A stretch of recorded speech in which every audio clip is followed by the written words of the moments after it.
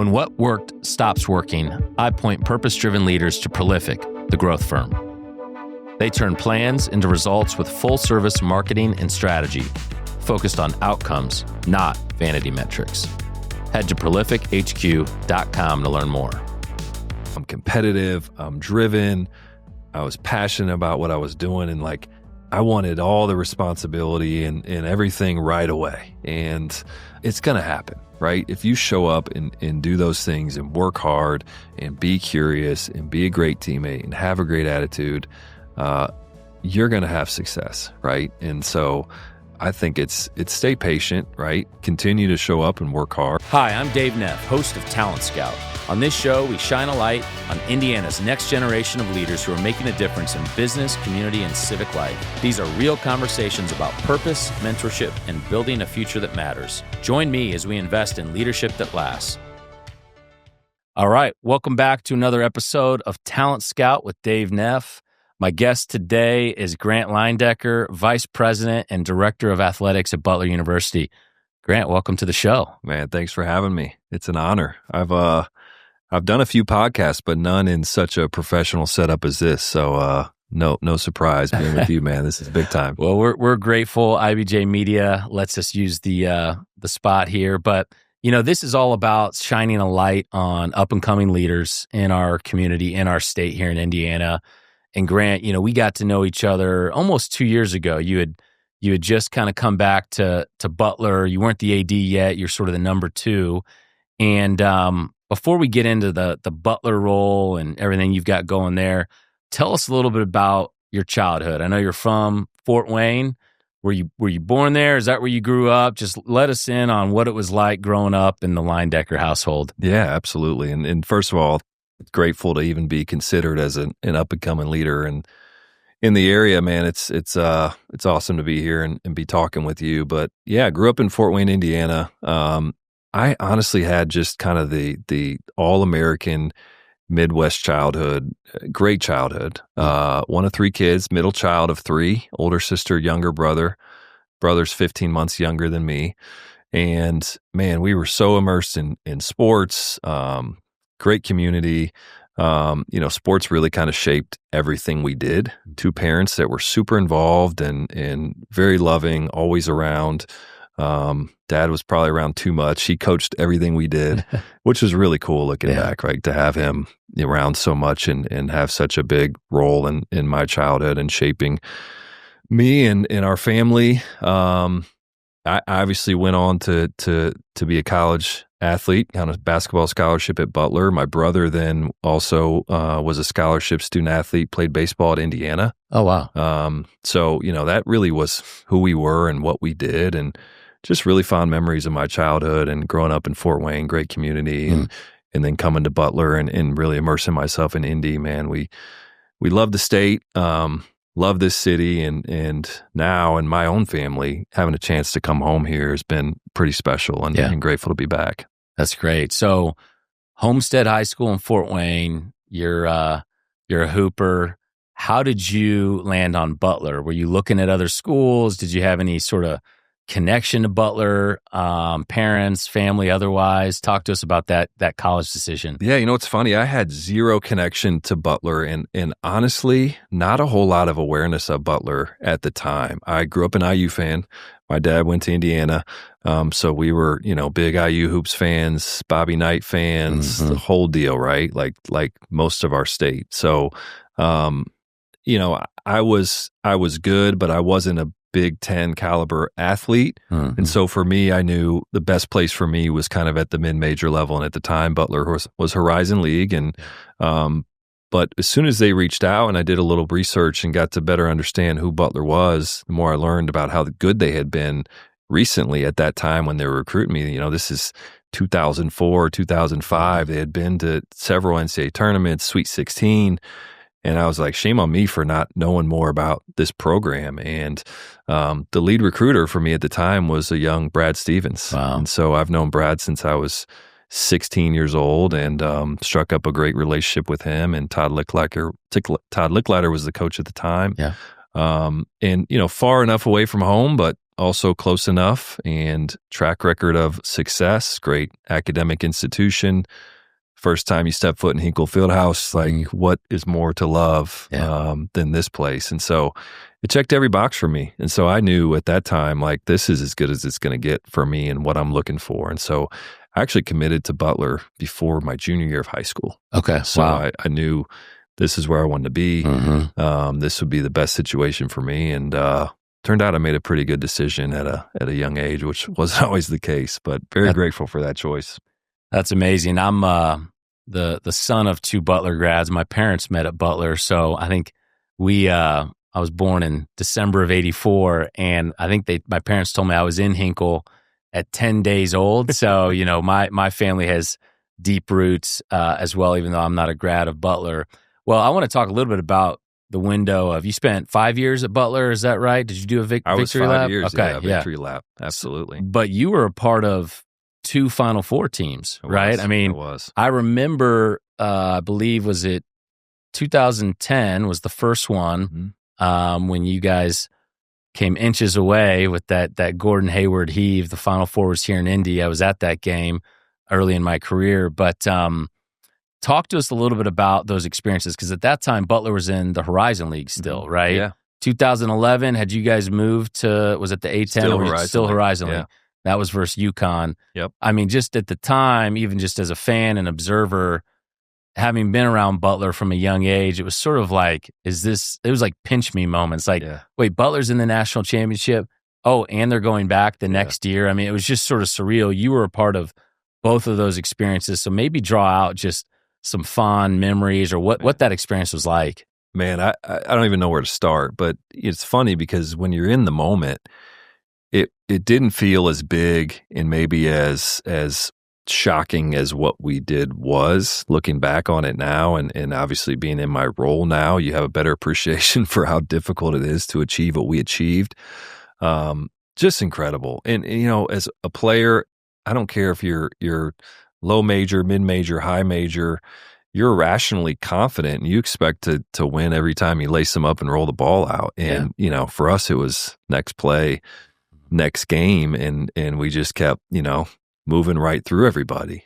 In 2010, we were really good, good. Like, that was a team that when we started really that off season, the summer before, and actually go back to the year before when, Gordon Hayward and Shelvin Mack and Ron Nord were freshmen. And we came up just short in the NCAA tournament against a really good LSU team. We knew we got a chance to do something special with that group. And so that whole offseason, obviously we worked incredibly hard. And leading into that season, we knew we had a chance to do something special. And obviously we did, and didn't lose a single game in the Horizon League, and ran through the tournament, and obviously had a great NCAA tournament, and came up one shot short against Duke. But man, that Final Four, what I remember the most is that first time you get to suit up and run out on the court in Lucas Oil Stadium for your open practice. And somebody can fact check me on this, but I'm pretty sure the number was 35,000 people there to watch our open practice. And that moment was like goosebumps. Mm-hmm. You're in your hometown, or our hometown, and Indiana basketball, and we're the David in this story. And man, such a special moment. And back to my point of like, next play, next game, you expect to beat everybody. I will say the night before that Duke game, I couldn't sleep at all. And I was like, I can't believe we're about to play Duke in the national championship in Indianapolis. John Shire was on that team, right? The now Duke head coach. Yeah. And so that's when it was like, wow, this is pretty special. Let's go out and win this thing. And obviously came up one play short, but incredible memories. Yeah. And obviously what's at the core of it is the relationships with your teammates, and we still talk and still reminisce on all that. But because you lost, Gordon went to the NBA after that season, right? He did. Anyone else? Did Shelvin Mack leave, or was he back? Shelvin was back. So that honestly, that the next year when we went back in 2011 was much more unlikely than the first time. I mean, yes, mid-major, Horizon League school, but we had talent, right? The next year was really more surprising that we went back without Gordon. Shelvin Mack was still an NBA player, but Shelvin Mack probably is not an NBA player if he doesn't do what he did in that NCAA tournament run the second time, and he really put us on his shoulders and had an incredible run. And man, it was that was certainly more unlikely, but probably even more fun of a run just to pull that off back to back. Matt Howard, remember he had some moments. Quintessential Butler. Shout out to my dad. I think that's his all-time favorite Butler basketball player. He's always my all-time favorite because he's just the ultimate college basketball player and the ultimate teammate and one of my favorite people in the world. But you can't talk about Butler basketball without Matt Howard. Yeah, that's really cool. Well, okay, so 2011, come up just short again. You're finishing up at Butler. I believed, is that when you then had an internship with the NCAA? Yeah. Okay. Yeah. How did that come about? And at that time, were you pretty intent on, hey, I want to have a career in college athletics, sports business, or did you kind of already have your sights set on what you thought you wanted to do? You know, it's funny. I really didn't know what I wanted to do. And I was in school, I was pre-dental. And I was also studying finance. The fifth year allowed me to kind of double major. And I going into that last year, my senior year, my fifth year, I kind of had a bit of a quarter life crisis and spent a lot of time with Brad, kind of picking his brain on, man, like I don't know what I want to do. Like I knew in my heart I had to find a way to stay around sports and stay around the game of basketball. But I also knew I don't know that I can commit to coaching because I see my coaches, they're spending more time with me as their player than their own kids. Yeah. And I knew that I wanted to have a big family and that always seemed like a difficult situation. And so I really started to kind of lean on Brad and then my administrators at the time to really better understand what does kind of this industry look like? What does a career in sport look like if you're not coaching or playing? Yeah. Because that's all I really knew at the time. It was very fortunate that got connected with some really great people at Butler, one being Beth Getz, who's now the AD at Iowa. She was on our staff at the time and had been AD here at Ball State in Indiana. And so she was my first boss in sport administration. And she really opened my eyes to the field, gave me a chance, taught me a ton, was a great mentor for me. And then she kind of pushed me towards the NCAA postgraduate internship. And so spent the second semester of my senior year interning with her. And then she led me to pursue this opportunity with the NCAA internship and got that. And really then that year-long experience after graduating Butler really cemented my desire to want to get into this field and commit my career to ultimately being a college athletic director. Yeah. So after the NCAA internship, I believe you went to UNC, right? The Rams Club. What obviously a super prestigious program in the ACC in the Southeast. What led you to really start your first full-time job with the Rams Club? Yeah. So I went down there for graduate school. Went there to get my master's in sport administration. That year after working with the NCAA, realized, okay, if I want to continue down this career path, at some point I'm going to have to get a master's degree or professional degree of some sort. And so I said, let's just go after it and let's knock it out now. This North Carolina sport admin program is a fully scholarship program. Really competitive to get into, but was fortunate enough to get into it and got down there and got to work. And we just fell in love with it, fell in love with the area, great school. And I was lucky enough to get hired in a full-time capacity on the back end of graduate school. Another former Ball State AD, Bubba Cunningham, right, as the AD at UNC. Right. That's right. He had a good stop at Ball State. Yeah. And so Bubba was a great mentor for me. Still a great friend. Learned a ton from him, but ended up spending 7 years down there and just a phenomenal experience. Obviously working in a ACC institution, and that was my first experience around kind of high level football, and just tremendous experience, tremendous people, and it just came point in time where if I wanted to continue to progress from a responsibility standpoint, was going to have to go somewhere else, just being that was a place not a lot of people want to leave. So so you spent about 7 years in North Carolina, 5 of which with the Rams Club. Yeah. From there, you went to Marquette, so Big East, Wisconsin. What led you to Marquette? Yeah, it was just that chance to kind of take the next step in my career. Had an opportunity there to go take on more of a leadership role. So a chance to lead their athletics fundraising operation. My whole career has really been immersed in fundraising. Yeah. And so that was just a chance to lead, build my own team, work very closely with the AD, the vice president for advancement, the president, frankly. And so I knew for me to continue to grow, I had to get that experience, and was fortunate enough that they wanted to hire me there. And, Marquette is a really powerful Big East institution, great basketball brand, a ton of resources there. And so it was a great experience, and, always hard to move your family and go somewhere that's foreign to you. But that community really welcomed us, and we had a great 5 years there, and until I had a chance to come home.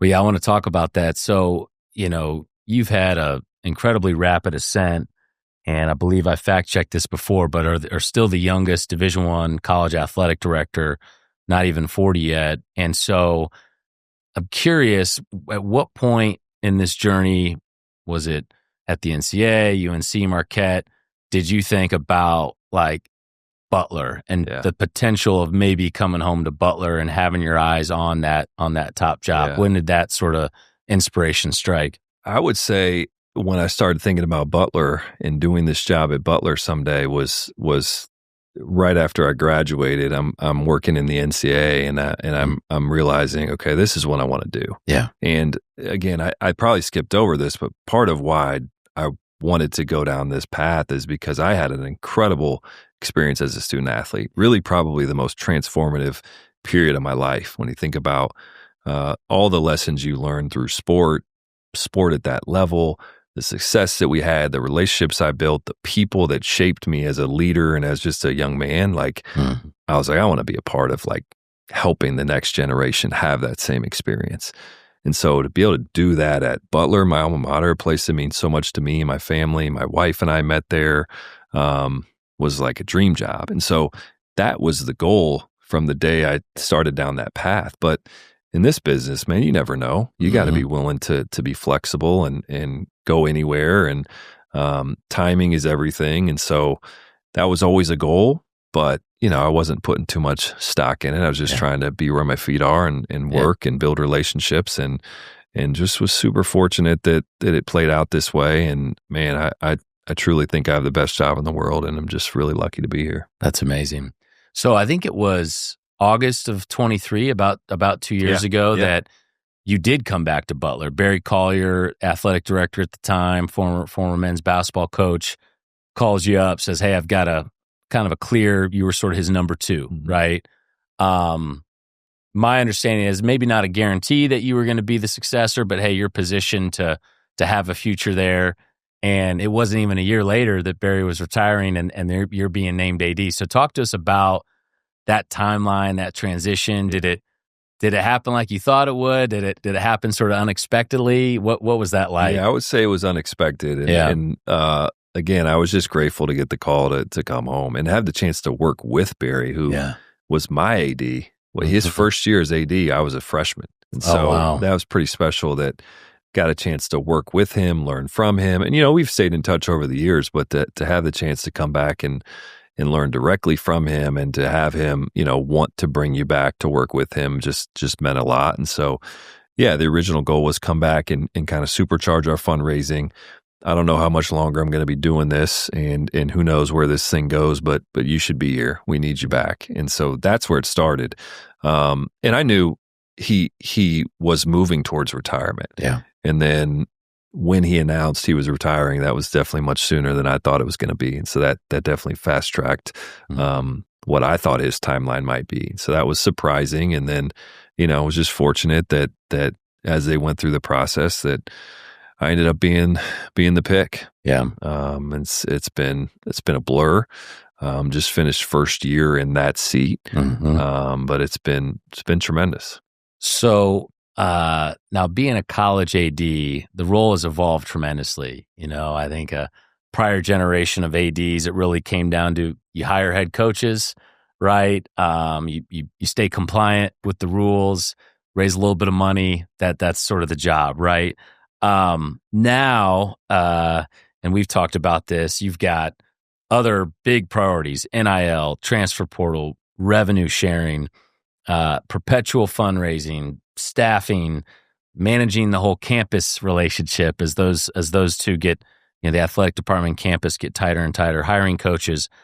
How do you juggle and know which priorities to really focus on? Yeah. Because the job of I get the D1 ticker updates about all the college ADs that are moving in and out. The role has really evolved, it seems, in just the last 3 or 4 years with the advent of NIL and the transfer portal, and now rev share as of July. So would love sort of some insight. You're young enough, I think, to be adaptable to it, but it's I'm sure it's been a lot after the first year. Yeah, there's no doubt about it. You said it's evolved, and I would say it has, and it's still evolving, right? There's stuff changing every day. And just as we think things are semi-settled with revenue sharing, there's lawsuits happening every day that are threatening to continue to chip away at whatever rules we know to exist today. And so it's ever changing. And you mentioned the word adaptability. I think that's critical to anyone's success in this role these days. And I'm still learning myself of how do I need to structure my team? How do I need to manage my time? Where am I best suited to best serve Butler University? And reality is that's got to be resource acquisition for the most part. That's our biggest opportunity. With NIL, that's now, I believe we have an unbelievable product to sell when you think about the power of our institution, the academic strength, the city we're in. We are in an unbelievable city here, and we're a beautiful little campus in the middle, right in the heart of it. We play in what I think is the best college basketball venue in the country. We have great history, tradition, great coaching staff. Reality is, though, now that the number one reason that you're able to attract and retain talent is your NIL compensation. Yeah. And so that's significant. And so as a smaller alumni base, historically, it's been, you got to go raise the money through donors. There's still a little bit of that now for us. And so that's where I'm spending a lot of my time is how do we modernize our revenue generation, both through corporate entities, through ticket sales, and then the outside fundraising piece. That's where I'm spending the majority of my time. And so I'm trying to structure my staff in a way that allows me to kind of soar with my strengths, same for the rest of my staff, and just make sure we have everything aligned to maximize what we're capable of. And I think we're just scratching the surface and excited about the progress we've made in year one. And I think we're going to continue to build on that in year two. And I really like where we're at. And knowing, though, we got to be adaptable because this stuff's changing truly by the day. Thanks for joining us here on Talent Scout. We're going to take a quick break to hear from our sponsor, so stay tuned. Most organizations hit a point where growth stalls. The message blends in, the site stops converting, pipeline softens. That's when I tell leaders about Prolific, the growth firm for purpose-driven leaders. Through full-service marketing and strategy, they clarify the story, rebuild your go-to-market, and drive sales. Most importantly, Prolific holds itself accountable to the metrics that matter to you. If you're ready for your next growth stage, learn more about Prolific at prolifichq.com. After a year in the big chair, what's been maybe the biggest surprise? Something that, you've been in the industry your entire career, but now you've got the big chair. What's something that you hadn't thought about and you're like, oh wow, like that's now my problem or my decision that I have to make? Yeah, it's interesting because you feel like you know everything when you're in the number 2 role until you're actually in the seat and you're the one that has to sign off on it and make the final decision. And you also learn that there's probably a lot of things that came across your AD's desk that you weren't even aware of that they handled and took care of without your knowledge. We have over 500 student athletes. We have over 100 full-time employees. You got 16 head coaches. There's always something. Right. And so it's mostly personnel is stuff that you're dealing with. And it's just constant problem solving, which is part of why I love it though. It's never dull. It's never the same. There's no 2 days are the same. And I tell people that I'm just I'm just here to try to solve problems and put everyone in the best position to succeed. And as you know, you don't do anything alone, right? I am a very relational person. And so whether it's internal, external relationships, you're only as good as the people that are around you and helping you figure this stuff out. And so I have a great team and it's problem solving. It's personnel based. But we're figuring it out. Who's been a mentor or two that you've leaned on since being in this role? A lot, man. I mean, Barry's he's right down the street. He's not going anywhere, and so I mean, he literally sat in the same chair I'm sitting in. So that's pretty easy one. My staff that's been here a long time. Some of my old ADs with Bubba Cunningham and Bill Scholl, who I worked for at Notre Dame or at Marquette, who was at Notre Dame for a long time, and then he was actually the AD at Ball State as well. And so a lot of Indiana ties there, but lean on a lot of them, a lot of the people in the industry that have done it. And it's funny, I'll never forget my first in-person meeting with the Big East ADs and head coaches. Every spring they go down to Ponte Vedra and have spring meetings, and I'm sitting in the room with me and Dan Hurley and Rick Pitino and Shaka Smart and every Big East AD. And you talk about imposter syndrome. I'm like, what am I doing here? Right. And the ADs, though, were so welcoming because this is as all this stuff's blowing up with the potential house settlement. And we're all looking around like, what is going on here? And they look at me and say, well, we may have 30 years of experience on you, but we're all in this together now. This is brand new, fresh start here. So that was a little reassuring. But it's as we talked about, it's never dull. Yeah, that's great. Well, I want to come back to Brad Stevens. Brad's been general manager now of Boston Celtics. Was head coach prior to that of the Celtics, and from everything I hear, incredibly relational with anybody that's played for him, worked with him.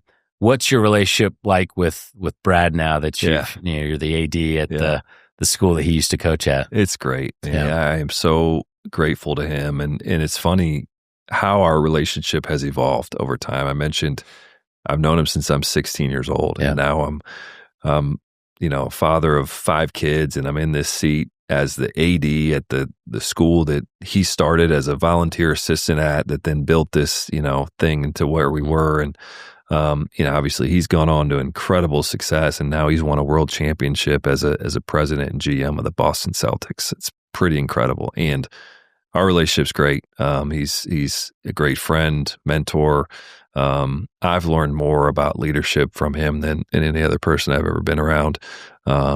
And we stay in touch regularly, whether it's just to catch up on what's going on with his family. And his son is a walk-on now for Notre Dame men's basketball. Oh, wow. I didn't know that. And we're hosting them here in October for an exhibition game. So to get his son back in Hinkle Fieldhouse now as a college athlete, when, he was running around shooting on Hinkle's floor when we were all playing is special. So he's always there for me. I lean on him a lot as I'm trying to sort through big decisions.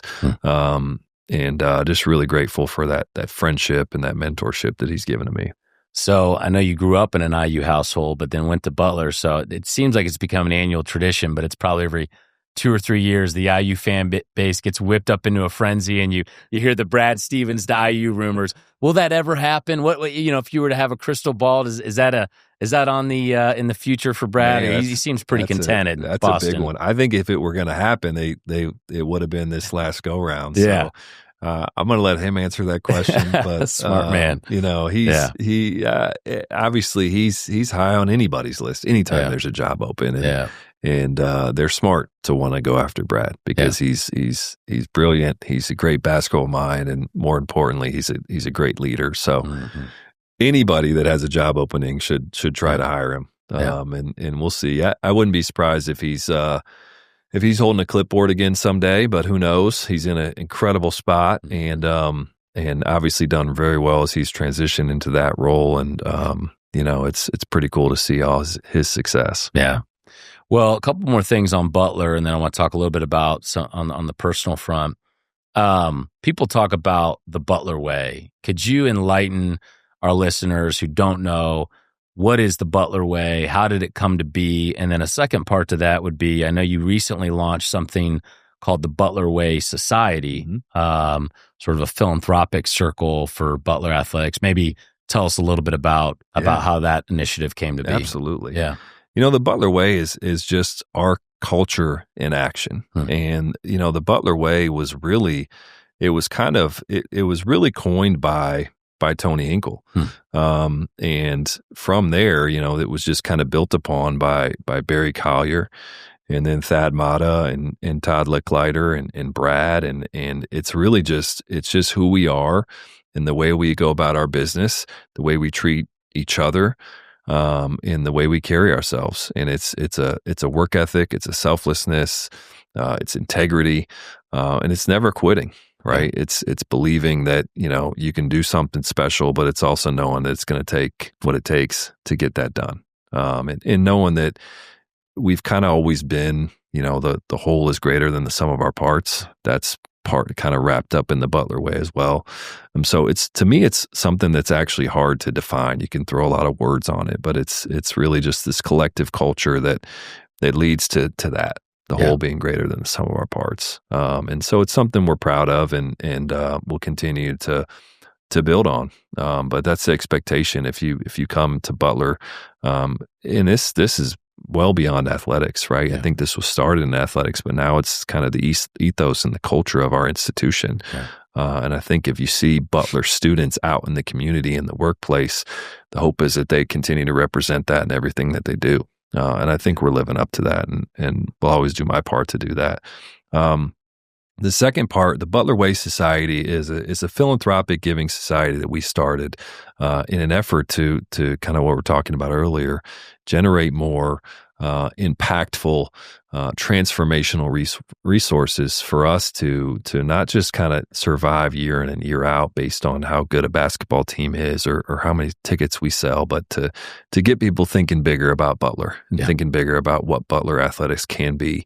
We want to be Indianapolis's team. And we play in what I think is the best basketball conference in the country. We got some of the best teams coming in to play in the best basketball venue in the country. And we got a chance to do something really special, but it's competitive and it takes investing at a high level. And so we've asked people to think about leaning in and thinking more long-term about their investment in Butler athletics. And the response has been amazing.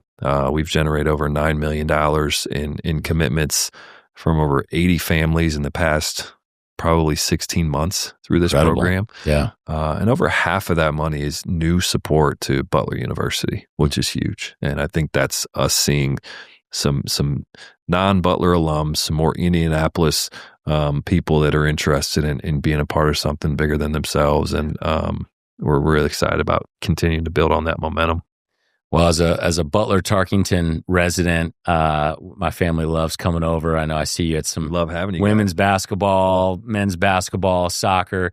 I might use your stairs early in the morning for some workouts. Don't tell anyone, man. but No, we welcome that. Yeah, it's an incredible resource in the neighborhood, and there's nothing quite like a sold out Hinkle Fieldhouse on a January Tuesday night, or when Villanova's in town or something like that. It's a really special thing. So, well, in our remaining time, I want to talk a little bit about, we haven't touched too much on your family. You mentioned married, 5 young kids, finished with twins. As a father of 4, you're overachieving, but you're a high capacity leader. You got a big job. Maybe share for especially some of our younger leaders that are listening to this, what's a secret sauce, or what are some personal disciplines that really keep you grounded and focused on the main thing? Because you could easily be distracted by a million things. Yeah, that's something I'm still figuring out, honestly. I don't know if I have the secret sauce yet. I think balance is really, really hard thing to find, if I'm being honest. I think probably one of my weaknesses or struggles right now is just feeling like I'm not being enough for everyone, right? Like, I got 5 young kids at home, and that's a a lot for my wife, and to be there for her and the kids, and then also the 500 student athletes and coaches that I'm responsible for. Trying to find balance is difficult. So you got to give yourself grace. I try to just be where my feet are and be the best version of myself for whoever I'm in front of at that point in time. You got to take care of yourself. That's one thing I've learned is like, you've got to carve out time for, whatever helps you be the best version of yourself. For me, one thing I do a good job of, if there's not a kid waking up, is like I do prioritize sleep. So I know I'm going to get at least 7 hours of sleep, which allows me to kind of be at my best. I got to try to get a workout in at least 3 to 4 days a week if I can. And so I've done a better job of trying to schedule that. I like to be an early morning guy, but there's always some kid that comes and wakes up and needs me to put a cartoon on for him or whatever that is. So being flexible with that stuff, but you got to take care of yourself first if you're going to be the best for the people that depend on you. So that's I don't have the secret sauce, but I think I'm doing a better job of giving myself grace and just being the best where I am at that point in time. Yeah. And I think perfection is the enemy of being really good. Yeah. And no one, just be the best you can be in that point in time. Consistency over intensity, right? I think that's something I'm learning. I'm just a couple years ahead of you, but in terms of young people have these like big dreams and goals, and it's like, man, if you just do the fundamentals day in and day out, generally things will start to bend your way. It may not be immediate, but I think that's really well said. Yeah, absolutely. Couple more questions for you.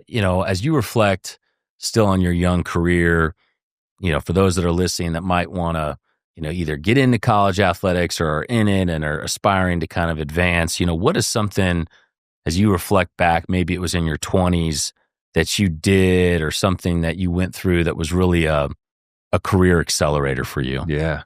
Great question. I'm looking back and it's such a blur because we did a lot. We moved around and we had kids but I think it's say yes to everything at that time, right? Like I did a lot of things and learned quickly. This is like, whether it be a specific job in the athletic department, a specific area, even like getting towards, narrowing down what I knew I wanted to do. I tried a lot of things I didn't like. And I did a lot of things that not other people wanted to do to try to get ahead and show that I'm committed and I'm serious. So work really hard and say yes to everything, right? I mean, before you have a family and before you have a lot of these other things that are pulling you in all different directions. I think if I did anything right, it was that I worked my butt off and I was willing to do anything. And I tried to do it with a good attitude. And I was curious. I asked questions. I didn't pretend that I had all the answers, show up with humility, and just say yes to everything at that point in time. Because, one, you need to learn, and two, it shows that you're committed and people around you respect that. Like you want somebody, as I'm going to hire people, I want people that are hungry and humble, right? Smart's nice too, but like if you can work really hard and show up with humility every day, I mean, you're almost all the way there. It's not that difficult. That's a great word. Yeah, I think your 20s are all about learning what you're good at, what you're not good at, what gives you energy, what drains you. Yeah. And but you're right, as you start to add, I think I had all 4 of my kids in my 30s, you do have to say no to some stuff, right? Otherwise you're going to be a terrible, father, spouse. That's where that guilt creeps in, right? That's right. Absolutely. But you're right. You got to give yourself grace. And I think if you're doing the fundamentals well, in the long run, it'll work out, Absolutely. So you might have some tough days and that sort of thing. But I feel you on that.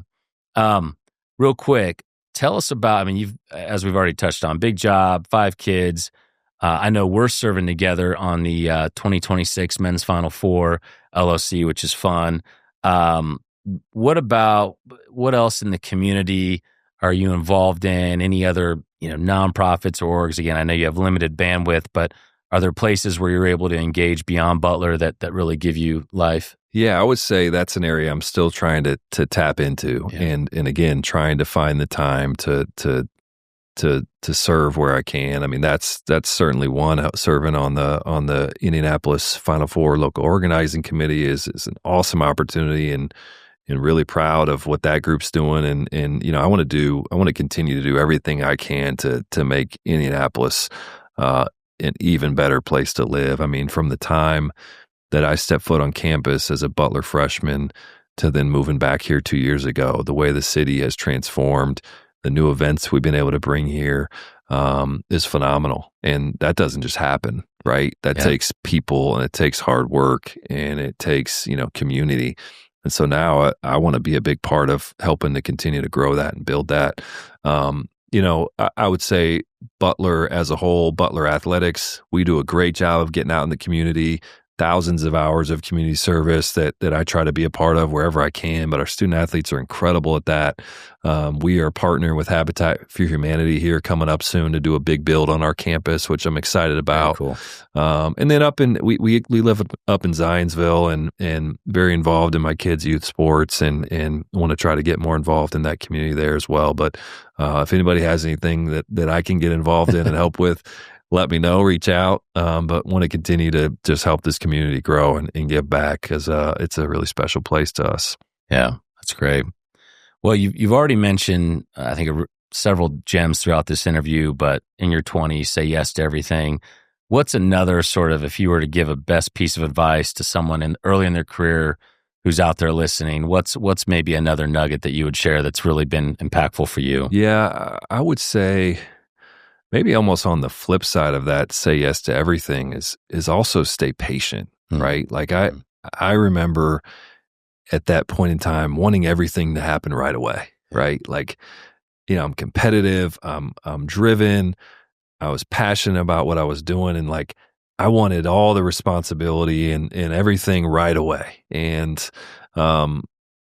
it's gonna happen, right? If you show up and do those things and work hard and be curious and be a great teammate and have a great attitude, you're going to have success, right? And so I think it's stay patient, right?